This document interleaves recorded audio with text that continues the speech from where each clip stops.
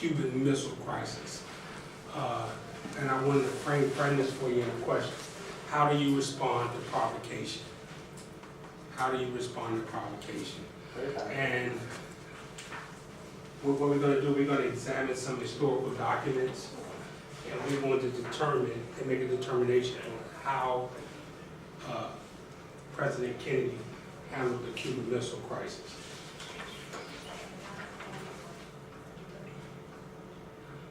On October 22nd, 1962, a spy plane is flying over Cuba. It recognizes a set of bases being set up, and these bases were set up as launching pads for nuclear weapons into the United States.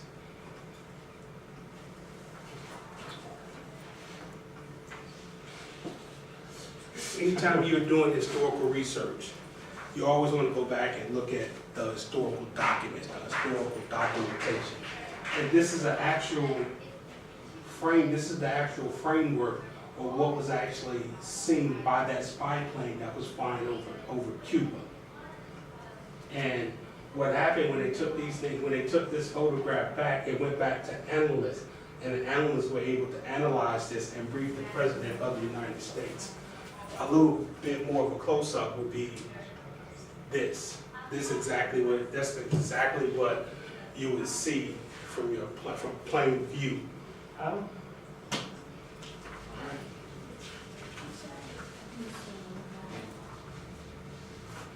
want to give you a kind of idea of what a historical background of this picture. You see, right here is Cuba. Right here is the Florida Peninsula. And what Kennedy was upset about, it wasn't so much that there were weapons pointed at the United States, but the proximity of those weapons. As you can see, Russia, I'm going to show you another picture. Russia is way in Europe, on the other side of Europe.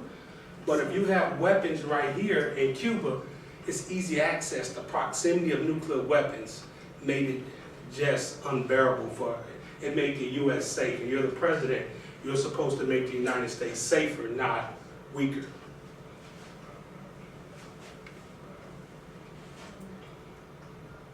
I put this map up here so you can actually see. This is Cuba down here. This is the United States. Now, if you pointed a weapon from here at the United States, that's something different. You're in your own country, you have sovereignty. But here, when you pointed weapons, as you can see, the proximity was what would have made it easier, and it would have provided war-winning implications for the Soviet Union at that time, for them to be able to launch from here instead of to be able to launch from here. As you can see the picture, this is an idea of what we're looking at.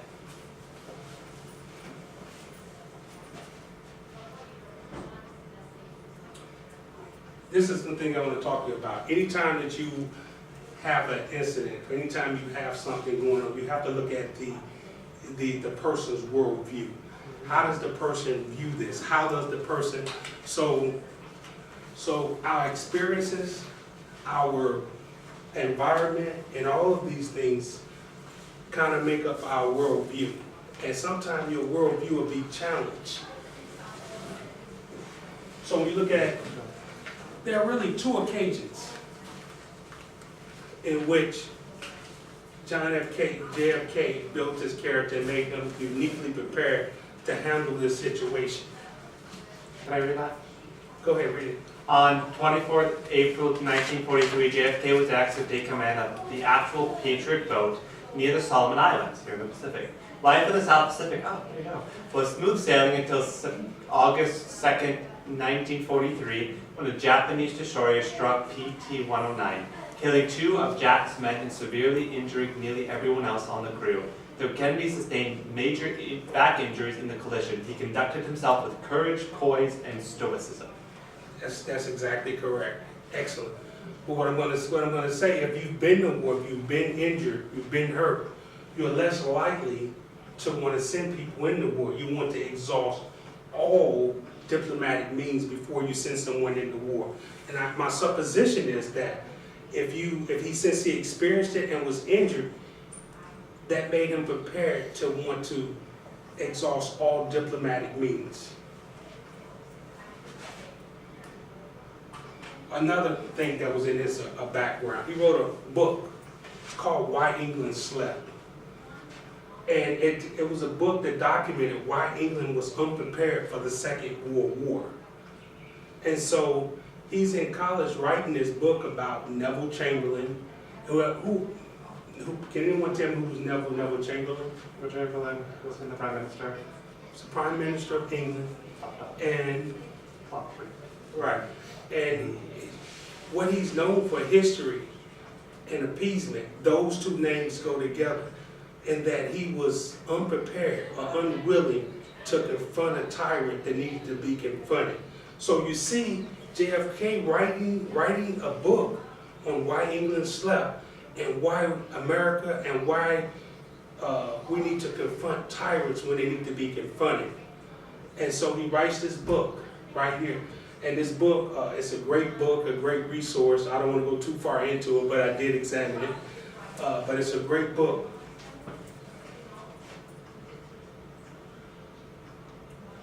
One other thing I want you all to do, before we go any farther, these are some terms I really would like for you all to try to identify before we go any farther.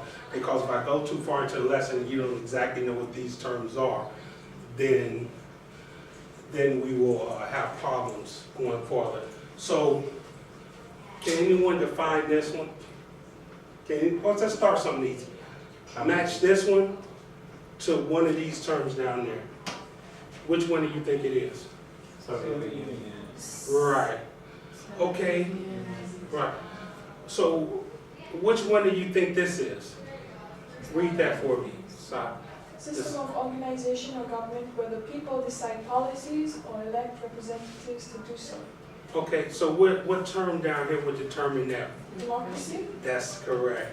So let's go a little farther. Read this for me.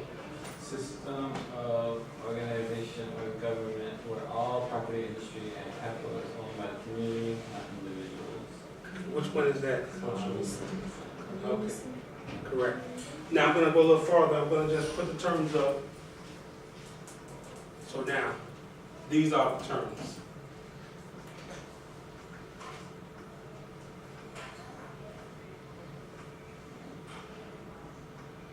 I want to show this to you also.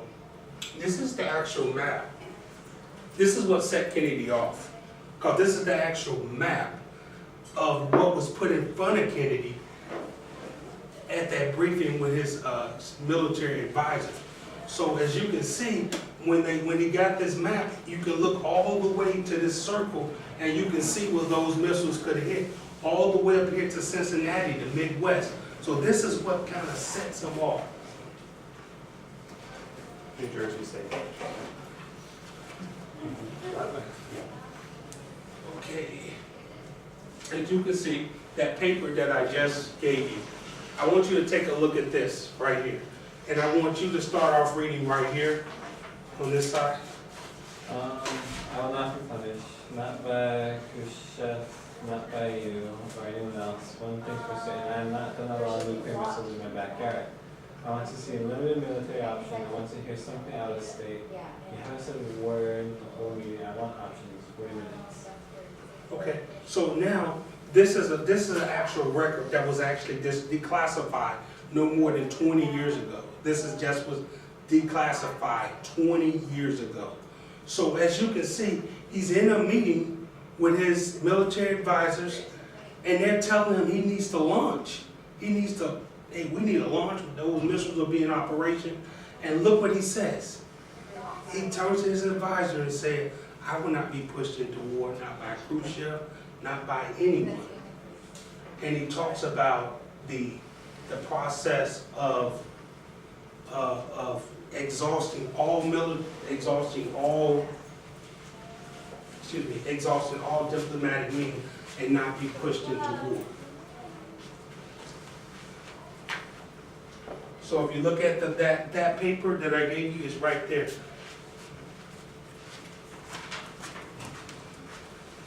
another, again, how do you respond to provocation? It's one of the cartoons from that time period that shows them trying to put the lid back on nuclear war. Okay, here's another incident. There was a plane. Go ahead and start reading this. Because of the plane that was shot down, there is no strong pressure on the president to give an order to respond fired on. Stop right there. Start where he stopped, left off. When Americans reconnaissance planes are flying over Cuba, the USA can't stop these flights because this is the only way we can quickly get information about the state of construction. Stop right there. So this is another example of Kennedy's response, of not responding to provocation. He's there, there's a spy plane that's shot down. He turns to his advisors and said, I'm not going to arm these spy planes. I'll just take the risk of flying them over, but we won't respond.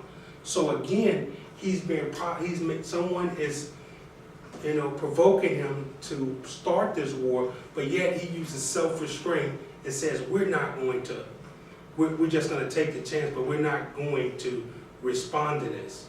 So again, how do you respond to provocation?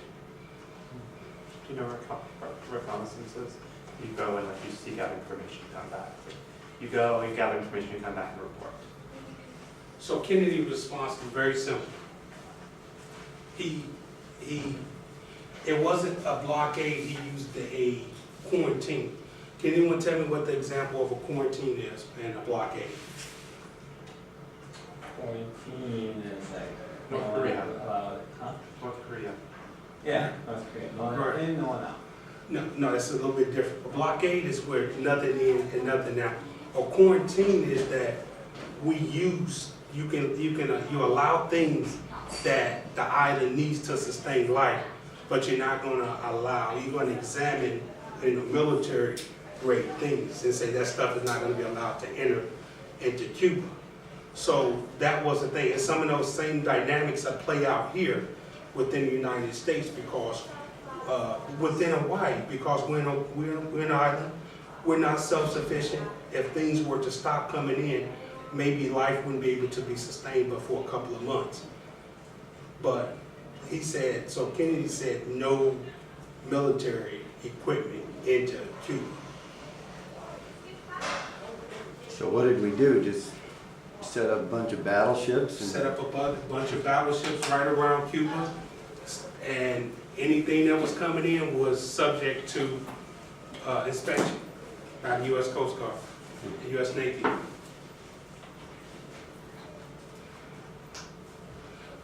I want to put this out because he was saying, because I want you to see this. He was not saying there was never a time for conflict, because there were, and he actually did meet with his military advisors.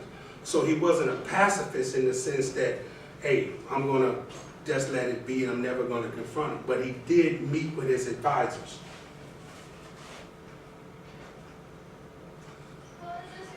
This is a very important document. Again, he had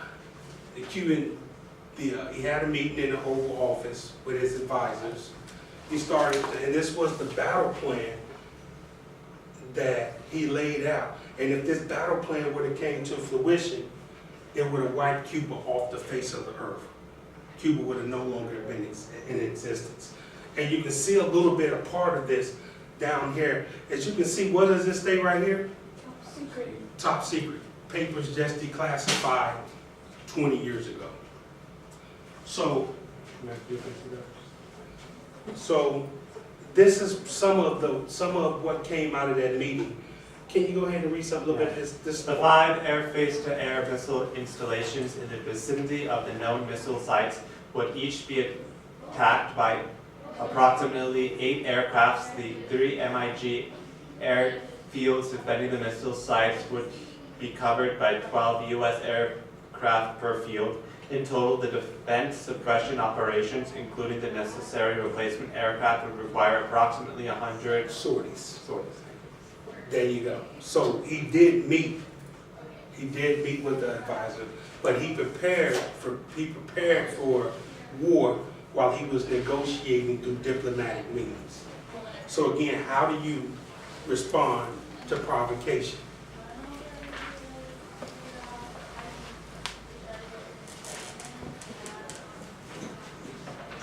And lastly, not least, this is one of the most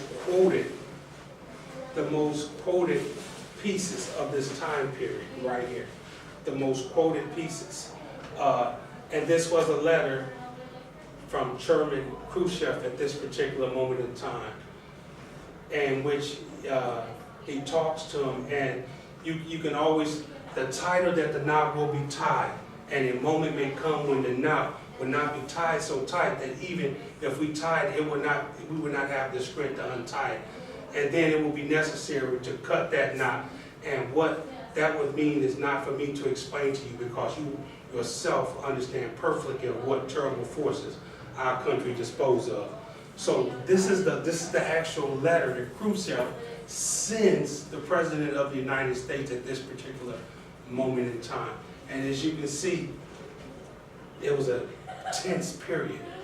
This is and again, I tell you, anytime you do historical research, you will have to go back and look at the historical record. And this is the historical record of that time period. So,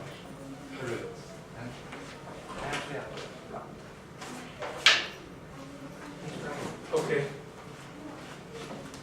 Again, it's Black Saturday. It's Black Saturday. And what's happening during this time period, there's a boat leaving from Russia with nuclear warheads on it. The United States Navy is set up outside of Cuba at this particular moment in time. And we're at a point of almost no return. And as you can see, this is another letter, the second letter that was sent to the President of the United States at this time. And he said, and this is where the negotiation and the diplomatic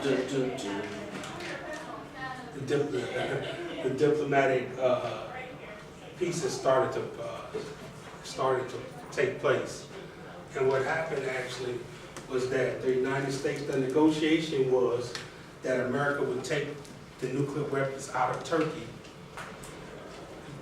take it out of Turkey, and the Soviet Union would remove those nuclear missiles out of Cuba. And that was the negotiation. And plus, the United States, JFK signed a document saying that he would not invade Cuba once those missiles were removed. And that's pretty much how this was negotiated, how this, how JFK dissuaded this incident. So Cuba took out all the... Russia took out all the weapons.